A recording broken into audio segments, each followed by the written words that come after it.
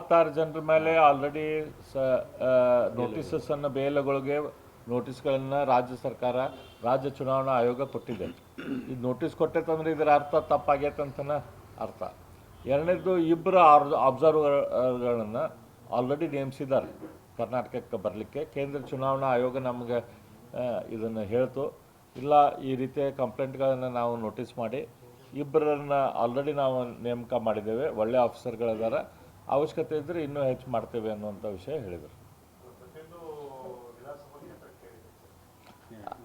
ಪ್ರತಿಯೊಂದು ವಿಧಾನಸಭಾ ಕ್ಷೇತ್ರಕ್ಕೆ ಅಂತ ಕೇಳಿಲ್ಲ, ಮಾಡ್ರಿ ಅಂತ ಅಬ್ಸರ್ವರ್ನ ಮಾಡ್ರಿ ಅಂತ ಹೇಳಿದ್ವಿ. ಈಗ ಆಲ್ರೆಡಿ ಇಬ್ಬರನ್ನ ಅಸೈನ್ ಮಾಡಿದ್ದಾರೆ. ಅದಕ್ಕೆ ಕಿಲೋಮೀಟರ್ ರಸ್ತೆ ಇದು ಗಡಿ ಬೇಲಿ ಆಗಿಲ್ಲ ಅದಕ್ಕೆ. ಯಾಕಂದ್ರೆ ಅದರಲ್ಲಿ ಬೇಲಿ ಆಗಾಕೇನು ಜಾಗ ಲ್ಯಾಂಡ್ ಅಕ್ವಿಷನ್ ಮಾಡಬೇಕಿತ್ತು. ವೆಸ್ಟ್ ಬೆಂಗಾಲ್ ಗೌರ್ಮೆಂಟ್ ಅದನ್ನು ಇಷ್ಟು ವರ್ಷ ಮಾಡೋಕ್ಕೆ ತಯಾರಿದ್ದಿಲ್ಲ. ಹಿಂದೆ ಕಮ್ಯುನಿಸ್ಟರ್ ಕಾಲದಲ್ಲಿ ಆಮೇಲೆ TMC ಕಾಲದಲ್ಲಿ ಅವರು 1 ಇಂಚ್ ಕೂಡ ಲ್ಯಾಂಡ್ ಅಕ್ವಿಷನ್ ಮಾಡಿ ಭೂಮಿ ಕೊಡಲಿಲ್ಲ. ಅದರಲ್ಲಿ ಸ್ವಲ್ಪ ಭಾಗದಲ್ಲಿ ನದಿ ಕೂಡ ಐತಿ, ಅದಕ್ಕೆ ಅದು ಕೂಡ ತೊಂದರೆ ಐತಿ. ಹಾಗಾಗಿ ಈಗ ನಮ್ಮ ಸರ್ಕಾರ ಅಲ್ಲಿ ಬಂದೈತಿ, ಭಾರತೀಯ ಜನತಾ ಪಕ್ಷದ ಸರ್ಕಾರ ಬಂದು ಫಸ್ಟ್ ಕ್ಯಾಬಿನೆಟ್ದಲ್ಲಿ ಆದಂಥ ಡಿಸಿಷನ್ನು ಇದಕ್ಕೆ ಲ್ಯಾಂಡ್ ಅಕ್ವಿಷನ್ ಏನು ಬೇಕೋ ಅದ್ರ ಪ್ರೊಸೆಸ್ ಶುರು ಮಾಡುವಂಥ ಕೆಲಸ ನಮ್ಮ ಸರ್ಕಾರ ವೆಸ್ಟ್ ಬೆಂಗಾಲದ ಪಶ್ಚಿಮ ಬಂಗಾಳದ ಫಸ್ಟ್ ಕ್ಯಾಬಿನೆಟ್ದಲ್ಲಿ ಈ ಡಿಸಿಷನ್ ತೆಗೆದುಕೊಂಡಿದ್ದಾರೆ. ನಾವು ಸರ್ಟನ್ಲಿ ಇದನ್ನು ಲೀಗಲ್ ಕೂಡ ಪಾರ್ಟಿಯಿಂದ ಅಥವಾ ಕೇಂದ್ರ ಸರ್ಕಾರದಿಂದ ಇದನ್ನು ನಿಲ್ಲಿಸುವಂಥ ಕೆಲಸ ಮಾಡ್ತದೆ.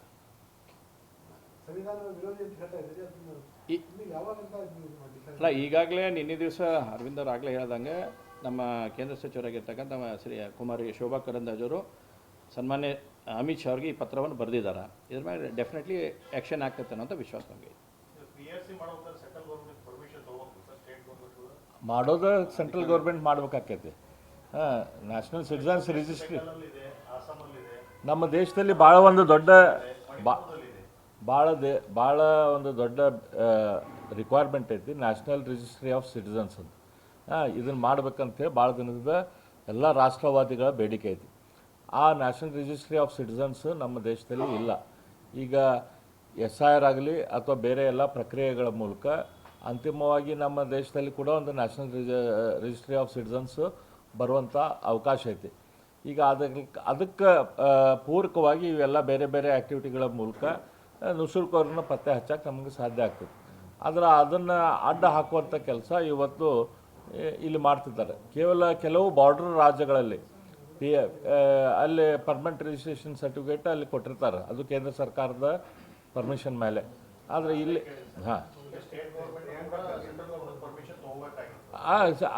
ಕೊಡುವಂಥ ಕೆಲಸ ಸೆಂಟ್ರಲ್ ಗೌರ್ಮೆಂಟ ಮಾಡ್ತೈತಿ.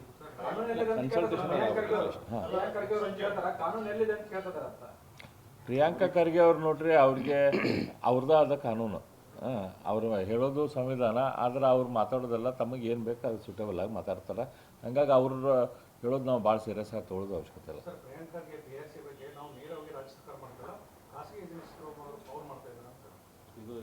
ಇನ್ನೂ ದೊಡ್ಡ ತಪ್ಪಲ್ಲ, ಅದಕ್ಕಿಂತ ದೊಡ್ಡ ತಪ್ಪು ಏನೈತಿ? ಇದು ನಮ್ಮ ದೇಶದ ಸಿಟಿಸನ್ಶಿಪ್ ಯಾರಿಗೈತೆ ಅಂತೇಳಿ ಯಾರಿಗಾರ ಪ್ರೈವೇಟ್ ಒಂದು ಏಜೆನ್ಸಿಗೆ NGO ಕೊಟ್ಟು ಕಾಂಗ್ರೆಸ್ ಫಂಡೆಡ್ NGO ಕೊಡ್ತಾರಂತಂದ್ರೆ ಅದ್ರ ಮೂರ್ಖತನದ ಪರಮಾವಧಿ. ಅದಕ್ಕಿಂತ ದೊಡ್ಡ ದೇಶ ವಿರೋಧಿ ಕೆಲಸ ಏನಂತ ಹೇಳಿ.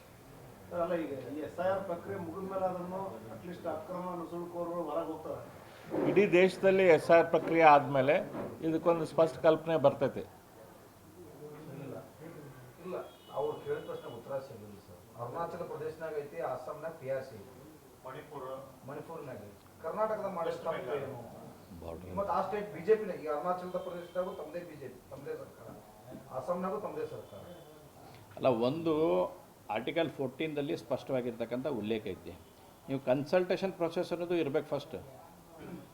ಈಗ ನಾನು ಅದನ್ನು ರೆಕ್ಟಿಫೈ ಮಾಡಿ ಹೇಳ್ತೇನೆ, ನೀವು ಕೇಳಿದ ಕ್ವಶನಿಗೆ ಅಲ್ಲಿ ಐತೋ ಇಲ್ಲ ಅಂತ ನಮಗಿಲ್ಲ ಅಂತ ಅನ್ನುವಂಥದ್ದೈತಿ. ನೀವು ಹೇಳಿದರೆ ರೆಕ್ಟಿಫೈ ಮಾಡ್ಕೊತ ಹೇಳ್ತೇವೆ. ಬಟ್ ಬೇಸಿಕ್ಕಾಗಿ ಯಾವುದೇ ರಾಜ್ಯ ಸರ್ಕಾರಗಳು ನೀವು PRC ಮಾಡಬೇಕಂತಂದ್ರೆ ಕೇಂದ್ರ ಸರ್ಕಾರ ಜೊತೆ ಇರಬೇಕಲ್ಲ, ಹೊಂದಾಣಿಕೆ ಆಗಬೇಕಲ್ಲ. ಹಂಗಂದ್ರೆ ನಾಳೆ ಯಾವ ರಾಜ್ಯದವ್ರು ಅವ್ರವ್ರು ಕೊಟ್ಕೊಂತ ಹೊಂಟ್ರಂತಂದ್ರೆ ಕೇಂದ್ರ ಸರ್ಕಾರದ ಇಲಾಖೆ ಏನಾಗುತ್ತೆ? ಹಾಗಾದರೆ ಪರ್ಮನೆಂಟ್ಶಿಪ್ ನೀವು ಎಲ್ಲರಿಗೂ ಕೊಟ್ಕೊಂತ ಹೋದೆ ಅಂದರೆ ಎಲ್ಲ ನುಸುಳುಕೋರು ತೊಗೊಂಬಂದು ನಾವು ಪರ್ಮನೆಂಟ್ಶಿಪ್ ಕೊಟ್ವಿ ಅಂತಂದ್ರೆ ನಾಳೆ ದೇಶದ ಪರಿಸ್ಥಿತಿ ಏನಾಗುತ್ತೆ? ರಾಷ್ಟ್ರೀಯ ಭದ್ರತೆ ದೃಷ್ಟಿಯಿಂದ ಏನಾಗುತ್ತೆ? ಅಲ್ಲಿ ತಯಾರಾಗತಕ್ಕಂಥ ಬಾಂಬ್ ಇಲ್ಲಿ ಹುಬ್ಳ್ಯಾಗ ತಯಾರಾಗಕ್ಕೆ ಸ್ಟಾರ್ಟ್ ಹಾಕೋ ನಾಳೆ. ಈಗಾಗಲೇ ನಾನು ಹೇಳಿದಾಗ ಸರಿ ಕುಮಾರ್ ಶೋಭಾ ಅವರು ಲೆಟರ್ ಬರೆದಿದ್ದಾರೆ ಮಾನ್ಯ ಕೇಂದ್ರ ಗೃಹ ಸಚಿವರಿಗೆ, ಅದ್ರ ಮ್ಯಾಗೆ ಆ್ಯಕ್ಷನ್ ಆಗ್ಬೋದು ಅಂತ ವಿಶ್ವಾಸ ನಮಗೆ. ಹೌದೌದು, ಸ್ಪಷ್ಟ ನಮ್ಮದು ಆಗ್ರಹ ಐತಿ. ಇದನ್ನೇನು ತಂದಿದ್ದಾರೆ ಇದನ್ನು ಒಳ್ಳೆ ತೊಗೋಬೇಕು ಅನ್ನೋದು ಆಗ್ರಹ ನಮಗೆ. ಈಗ ರಾಜ್ಯ ಬಿಜೆಪಿ ಯಾವಾಗ ನ್ಯಾಯಕ್ಕೆ ಮೊರೆ ಹೋಗುತ್ತೆ ಸರ್? ನೀವು ವಿಚಾರ ಮಾಡ್ತೈತಿ ಇದಕ್ಕೆ. ಈಗ ನಿನ್ನೆ ಈ ವಿಷಯ ನಮ್ಮ ಗಮನಕ್ಕೆ ಬಂದೈತಿ. ಹಾಗಾಗಿ ಇದ್ರ ಬಗ್ಗೆ ನಾಯಕರೆಲ್ಲ ವಿಚಾರ ಮಾಡಿ ಒಂದು ಆ್ಯಕ್ಷನ್ ತೆಗೆದುಕೊಳ್ಳುವಂಥದ್ದು ಮಾಡ್ತೈತಿ. ಇನ್ನೊಂದು ವಿಷಯ ಅದ ನೆಕ್ಸ್ಟ್ ಸಬ್ಜೆಕ್ಟ್. ಮೊನ್ನೆ ಕೇಂದ್ರ ಸರ್ಕಾರಕ್ಕೆ ಒತ್ತಡ ಮಾಡ್ತೀವಿ ಗೊತ್ತಿರುವಂಗೆ ಇಡೀ ನಮ್ಮ ದೇಶದಲ್ಲಿ ನಮ್ಮ ಭಾರತದ ಮೂಲ ನಿವಾಸಿಗಳು ಅವರಿಗೆ ವೋಟಿಂಗ್ ಕಾರ್ಡ್ ಕೊಡುವಂಥ ಪ್ರಕ್ರಿಯೆ ನಮ್ಮ ಸಂವಿಧಾನದ ಮೂಲಕ ಪ್ರತಿ 10 ವರ್ಷಗಳಿಗೊಮ್ಮೆ ಅಂದಾಜು ಇಡೀ ದೇಶದಲ್ಲಿ ನಡೀತಾ ಇರ್ತದೆ. ಆದರೆ ಈ SIR ಹಿಂದೆ ಸುಮಾರು 20 ವರ್ಷದಿಂದ ಆಗಿದ್ದಿಲ್ಲ.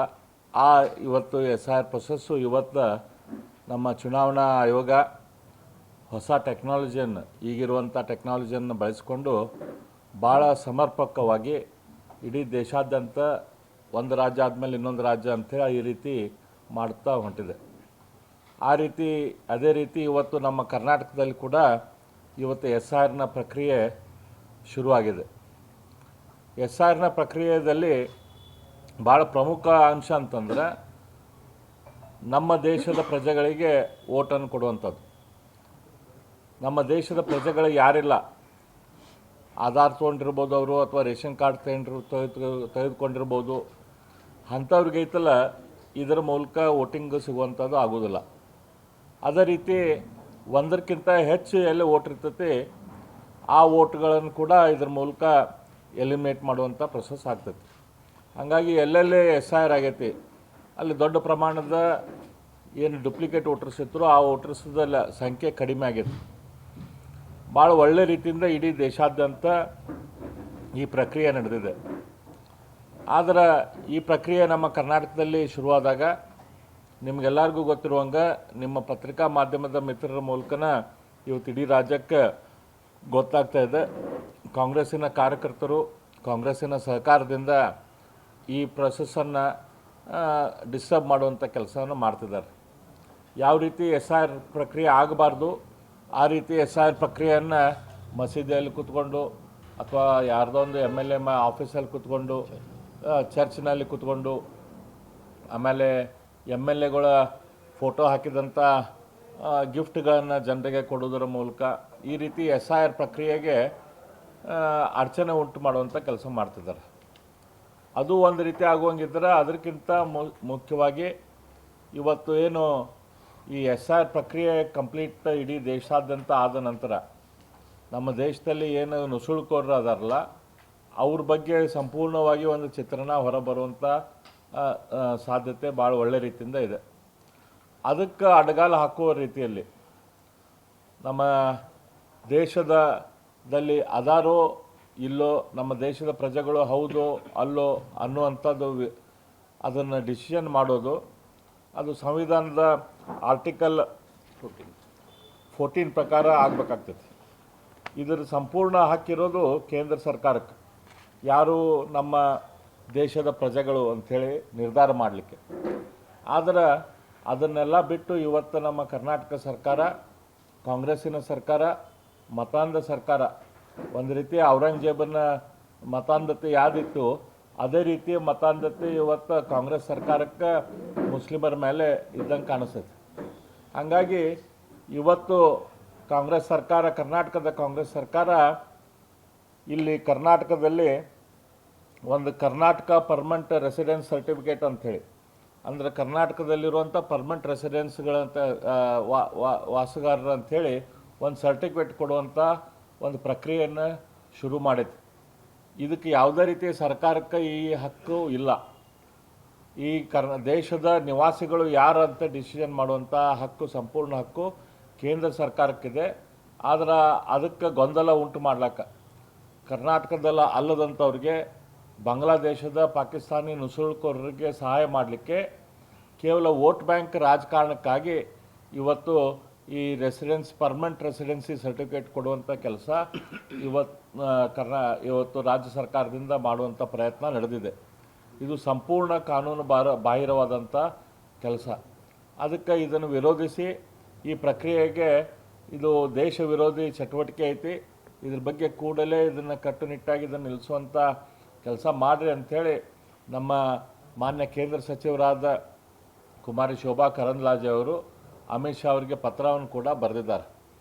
ಅಷ್ಟಾದರೂ ಕೂಡ ಈ ಸರ್ಕಾರ ಯಾವುದೇ ರೀತಿಯ ಲಗಾಮಿಲ್ಲದ ಕೇವಲ ಮತ ಬ್ಯಾಂಕದ ರಾಜಕಾರಣವನ್ನು ಮಾತ್ರ ಮಾಡಬೇಕನ್ನುವಂಥ ವಿಚಾರ ಇಟ್ಕೊಳ್ಳುವಂಥ ಈ ಸರ್ಕಾರ ಈ ಪ್ರೊಸೆಸ್ಸನ್ನು ಮುಂದುವರಿಸಿದೆ. ಈ ಡಿ.ಕೆ. ಶಿವಕುಮಾರ್ ಅವರು ಹಣೆ ಮೇಲೆ ವಿಭೂತಿ ಇಡ್ತಾರೆ, ಕುಂಕುಮ ಇಡ್ತಾರೆ, ಆದರೆ ಇವರು ಮನಸ್ಸಲ್ಲಿ ಮಾತ್ರ ಇರೋದು ಪೂರ್ತಿ ಮುಸ್ಲಿಂ ಮತಾಂಧತೆ, ಮುಸ್ಲಿಮರ ಓಟನ್ನು ಕ್ಯಾಪ್ಚರ್ ಮಾಡ್ಬೇಕಂತೇಳಿ ಈ ರೀತಿ ಡಬಲ್ ಸ್ಟ್ಯಾಂಡರ್ಡ್ ಮಾಡುವಂಥ ಕೆಲಸ ಡಿ.ಕೆ. ಶಿವಕುಮಾರ್ ಅವರು ಮಾಡ್ತಿದ್ದಾರೆ. ಅವ್ರಿಗೆ ನಿಜವಾಗಿ ದೇಶದ ಬಗ್ಗೆ ಏನಾದರೂ ಕಾಳಜಿ ಇತ್ತಂದ್ರೆ, ಈ ಕಾಂಗ್ರೆಸ್ಸಿನವ್ರಿಗೆ ದೇಶದ ಬಗ್ಗೆ ಏನಾದರೂ ವಿಚಾರ ಇತ್ತಂತಂದ್ರೆ ಈ ನುಸುಳುಕೋರರಿಗೆ ಬೆಂಬಲ ಕೊಡಿಸುವಂಥ ಕೆಲಸ ಅವರು ಮಾಡಬಾರ್ದು. ಅವ್ರು ಉಳ್ಕಿದ್ದ ರಾಜಕಾರಣ ಏನಾದರೂ ಮಾಡಲಿ, ಆದರೆ ನುಸುಳುಕೋರಿಗೆ ಬೆಂಬಲ ಕೊಟ್ಟು ನಮ್ಮ ದೇಶವನ್ನು ಅಭದ್ರ ಮಾಡುವಂಥ ಕೆಲಸ ಕಾಂಗ್ರೆಸ್ನವ್ರು ಮಾಡಬೇಡ್ರಿ. ಇದರಿಂದ ನಿಮ್ಗೆ ಒಳ್ಳೇದಾಗೋದಿಲ್ಲ, ನಿಮ್ಮ ಮಕ್ಕಳಿಗೂ ಒಳ್ಳೇದಾಗೋದಿಲ್ಲ ಅಂತೇಳಿ ಈ ಸಂದರ್ಭದಲ್ಲಿ ನಾವು ಹೇಳಕ್ಕೆ ಇಚ್ಛಪಡ್ತೇವೆ. ಅದ್ರ ಮೇಲೆ ಶೋಭಾ ಕರಂದ್ಲಾಜೆ ಅವರು ಏನು ಪತ್ರ ಬರೆದಿದ್ದಾರೆ ಕೇಂದ್ರ ಸರ್ಕಾರದ ಮಂತ್ರಿಗಳು, ಇದ್ರ ಮೂಲಕ ಆದರೂ ನೀವು ಎಚ್ಚೆತ್ತು ನಿಮ್ಮ ಕೆಲಸವನ್ನು ನಿಲ್ಲಿಸ್ರಿ ಅಂತ ನಾವು ವಿನಂತಿ ಮಾಡ್ಕೊತೇವೆ. ಇಲ್ಲ, ಅನೇಶ್ ಮಹೇಶ್ ಮೊನ್ನೆ ಬೆಳಗಾಂದಲ್ಲಿ ಕರ್ನಾಟಕ ರಾಜ್ಯದ ಮುಖ್ಯಮಂತ್ರಿಗಳಾದ ಡಿ.ಕೆ. ಶಿವಕುಮಾರ್ ಅವರು ಮೊದಲೇ ಬಾರಿ ಉತ್ತರ ಕರ್ನಾಟಕಕ್ಕೆ ಬಂದು ಮುಖ್ಯಮಂತ್ರಿಗಳಾದಮೇಲೆ ಅದರ ಮೇಲೆ ಒಂದು ಪರಿಶೀಲನಾ ಸಭೆಯನ್ನು ಇಟ್ಟಿದ್ದರು. ಉತ್ತರ ಕರ್ನಾಟಕದಲ್ಲಿ ಇವತ್ತೇನು ಇಡೀ ಕರ್ನಾಟಕದಲ್ಲಿ ಇವತ್ತು ಒಂದು ಕಡೆ ಬರ ಬಂದೈತಿ, ಇನ್ನೊಂದು ಕಡೆ ಈಗ ಕಳೆದ 4-5 ದಿನದಿಂದ ಹೆಚ್ಚು ಮಳೆ ಕೂಡ ಆಗಿದ್ದು ನಾವು ನೋಡಿದ್ದೇವೆ. ಹಾಗಾಗಿ ಇದನ್ನು ರಿವ್ಯೂ ಮಾಡೋಕ್ಕೆ ಕಲಬುರಗಿ ಮುಗಿಸಿ ಆಮೇಲೆ ಬೆಳಗಾಮಕ್ಕೆ ಬಂದಿದ್ದರು. ಅವರು ಬೆಳಗಾಮಕ್ಕೆ ಬಂದಾಗ ನಾವೆಲ್ಲ ಶಾಸಕರು ಭಾಳ ನಿರೀಕ್ಷೆಯಿಂದ ಆ ಸಭೆಗೆ ಹೋಗಿದ್ವಿ. ಎಲ್ಲ ಉತ್ತರ ಕರ್ನಾಟಕದ ಹೆಚ್ಚು ಕಡಿಮೆ ಎಲ್ಲ ಶಾಸಕರು ಅಲ್ಲೇ ಬಂದಿದ್ದರು. ಶ್ರೀ ಡಿ.ಕೆ. ಶಿವಕುಮಾರ್ ಅವರು ಮುಖ್ಯಮಂತ್ರಿಗಳ ಆದ ಕೂಡಲೇ ಅವರು ಒಂದು ಬೆಂಗಳೂರನ್ನು ಯಾವ ರೀತಿ ಬೆಳೆಸಬೇಕು ಅಂತ ಒಂದು ದಿಕ್ಸೂಚಿ ಅಥವಾ ಒಂದು ಪ್ಲ್ಯಾನನ್ನು ಮಾಡಿ ಅದಕ್ಕೆ ಲಾಂಗ್ ಟರ್ಮದ 1,14,000 ಕೋಟಿ ರೂಪಾಯಿಗಳ ಒಂದು ಪ್ರಪೋಸಲನ್ನು ರಾಜ್ಯದ ಜನರ ಮುಂದೆ ಇಡುವಂಥ ಕೆಲಸ ಮಾಡಿದರು. ಅದರ ಮೂಲಕ ಯಾವ ರೀತಿ ಬೆಂಗಳೂರು ಡಿಕಂಜೆಸ್ಟೆಡ್ ಆಕೈತಿ, ಯಾವ ರೀತಿ ಬೆಂಗಳೂರನ್ನು ಮತ್ತೆ ರಿವೈವ್ ಮಾಡಿ ಒಳ್ಳೆ ರೀತಿಯಿಂದ ಅದು ಅಭಿವೃದ್ಧಿಗೆ ನಾವು ಪೂರಕವಾಗಿ ಕೆಲಸ ಮಾಡ್ಬೋದು ಅನ್ನುವಂಥ ಒಂದು ವಿಚಾರವನ್ನು ಇಟ್ಟರು. ಅದೇ ರೀತಿ ಅತ್ಯಂತ ಹಿಂದುಳಿದ ಭಾಗಗಳ ಕರ್ನಾಟಕದ ಹಿಂದುಳಿದ ಭಾಗವಾದ ಉತ್ತರ ಕರ್ನಾಟಕ ಮತ್ತು ಕಲ್ಯಾಣ ಕರ್ನಾಟಕಕ್ಕೆ ಇವರು ಒಂದು ಗುರಿಯನ್ನು ತೆಗೆದುಕೊಂಡು ಬರ್ತಾರೆ. ಒಂದು ಲಾಂಗ್ ಟರ್ಮ್ ವಿಷನನ್ನು ಈ ಭಾಗಗಳಿಗೆ ತೆಗೆದುಕೊಂಡು ಬಂದು ಅದಕ್ಕೆ ಬೇಕಾದಂಥ ಪ್ರೊಜೆಕ್ಟ್ಸು, ಅದಕ್ಕೆ ಬೇಕಾದಂಥ ಪ್ಲ್ಯಾನು, ಅದಕ್ಕೆ ಬೇಕಾದಂಥ ಫಂಡ್ಸು ಇವನ್ನೆಲ್ಲದನ್ನು ಜನರ ಮುಂದೆ ಇಡ್ತಾರೆ ಅಂಥೇಳಿ ನಾವು ಭಾಳ ನಿರೀಕ್ಷೆ ಇಟ್ಟಿದ್ವಿ. ಆದರೆ ಕೆರದಲ್ಲಿ ಏನು ತುರಿಸ್ಕೊಳ್ಳುವಂಥ ಕೆಲಸ ಒಂದು ಬಿಟ್ಟರೆ ಬರ ಆಗಿರ್ತೈತಿ, ಇದ್ರ ಬಗ್ಗೆ ನೀವು ಕಾಳಜಿ ತಗೋಬೇಕು ಅಂತ ಅಧಿಕಾರಿಗಳಿಗೆ ಜೋರು ಮಾಡುವಂಥ ಒಂದು ಪ್ರಕ್ರಿಯೆ ಒಂದು ಬಿಟ್ಟು ಯಾವುದೋ ಒಂದು ರೀತಿಯ ನಯ ಪೈಸಾದ ಭರವಸೆ ತರುವಂಥ ಕೆಲಸ ಉತ್ತರ ಕರ್ನಾಟಕದ ಜನರಿಗೆ ಈ ಕಾಂಗ್ರೆಸ್ ಸರ್ಕಾರದಿಂದ ಡಿ.ಕೆ. ಶಿವಕುಮಾರರಿಂದ ಆಗಿಲ್ಲ. ಇದರಿಂದ ನಮಗೆ ಭಾಳ ಅಂದರೆ ಭಾಳ ನಿರಾಶೆ ಆಗೈತೆ.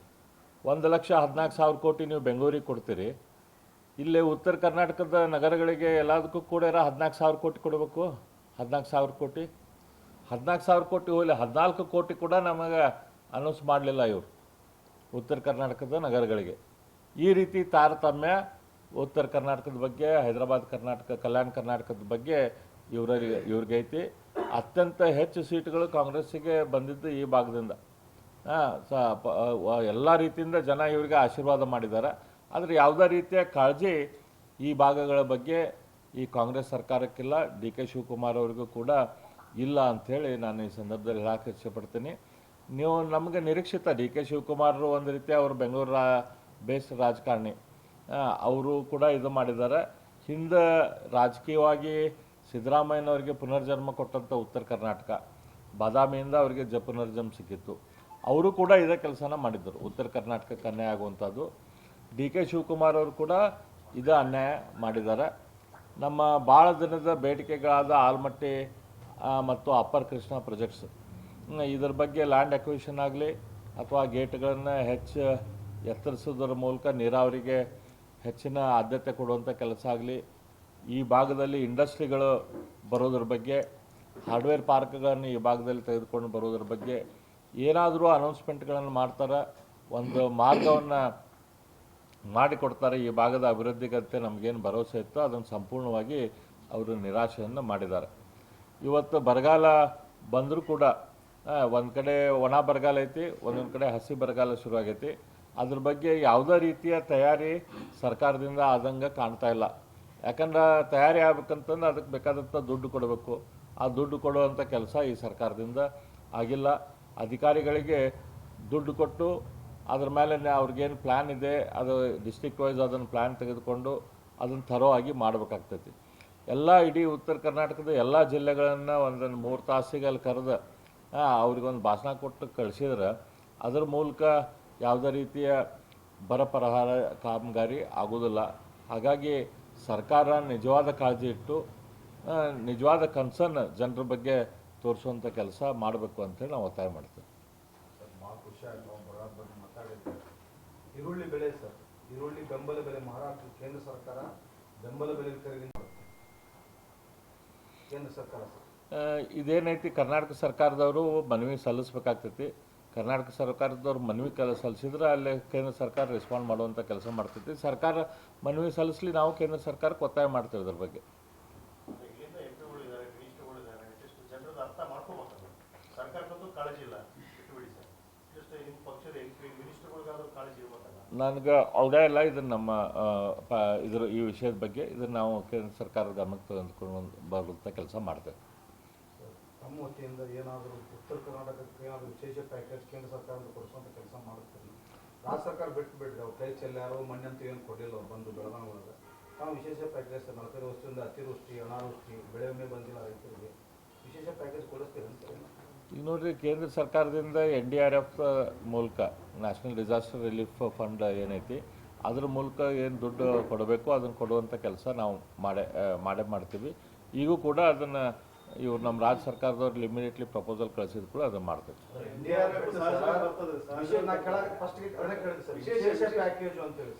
ವಿಶೇಷ ಪ್ಯಾಕೇಜ್ ಅಂತ ಇವ್ರ ರಾಜ್ಯ ಸರ್ಕಾರದವರು ಇದಕ್ಕೇನು ಲಾಸ್ ಆಗೈತಿ ಇದನ್ನು ಅಸೆಸ್ಮೆಂಟ್ ಮಾಡಿ ಕಳಿಸ್ಬೇಕಲ್ಲ, ಅದಾದಮೇಲೆ ಆ ಪ್ರಶ್ನೆ ಬರ್ತೈತಿ. ಇವರೇನೂ ಅದ್ರ ಬಗ್ಗೆ ಪ್ರಯತ್ನನ ಇನ್ನೂ ಶುರು ಮಾಡಿಲ್ಲ. ಇವರು ಅದನ್ನು ಮಾಡಿರೋ ಪ್ರಪೋಸಲ್ ಕಳಿಸ್ಲಿ. SRಗೆ ಸಂಬಂಧಪಟ್ಟಂಗೆ ಮಿನಿಸ್ಟರ್ಗಳು ದೂರು ಕೊಟ್ಟರು. ಗ್ಯಾರಂಟಿ ನ್ಯೂಸ್, ಸುದ್ದಿ ಖಚಿತ, ನ್ಯಾಯ ನಿಶ್ಚಿತ.